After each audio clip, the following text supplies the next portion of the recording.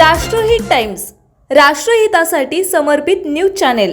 मध्यरात्रीच्या वेळी दोन सुरक्षा रक्षकांमध्ये झोपण्याच्या कारणावरून झालेल्या वादात एकाने दुसऱ्याचा गमच्याने गळा आवळून खून केलाय। त्यानंतर खून करणाऱ्यानेच पोलीस नियंत्रण कक्षाला घटनेची ही माहिती दिली। पांडुरंग भाऊराव खारवणे वर्ष 52 राहणार म्हसोबा वस्ती मांजरी असे खून झालेल्या सुरक्षा रक्षकाचे नाव आहे। तर या प्रकरणी खराडी पोलिसांनी सुदर्शन माणिक काळे वर्ष 22 राहणार तुळजाभवानी नगर खराडी याला अटक केली आहे। याबाबत पांडुरंग याचा मुलगा बाळू वर्ष 30 याने फिर्याद दिली आहे। ही घटना सोमवारी दिनांक 13 एप्रिल रोजी पहाटे 2:30 वाजताच्या सुमारास स्पॅनोलाइफ सोसायटी स्वीट इंडिया चौक खराडी येथे घडली आहे।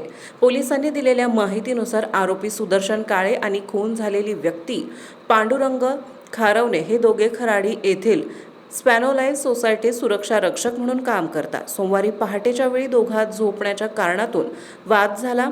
वाद एवढा विकोपाला गेला की काळे याने खारवणे यांच्या डोक्याला बांधलेला गमछा घेऊन त्यांचा गळा आवळला। त्यामध्ये पांडुरंग यांचा जागीच मृत्यू झाला। थोड्या वेळाने भानावर आलेल्या काळे याने आपण काय कृत्य केले याची त्याला कल्पना आली। त्याने पोलीस नियंत्रण कक्षाला फोन करून ही माहिती दिली। पोलीस उपायुक्त राजलक्ष्मी शिवणकर, सोमय मुंडे, वरिष्ठ पोलीस निरीक्षक संजय चव्हाण, सहाय्यक पोलीस निरीक्षक रवींद्र गोडसे यांनी घटनास्थळी भेट दिली।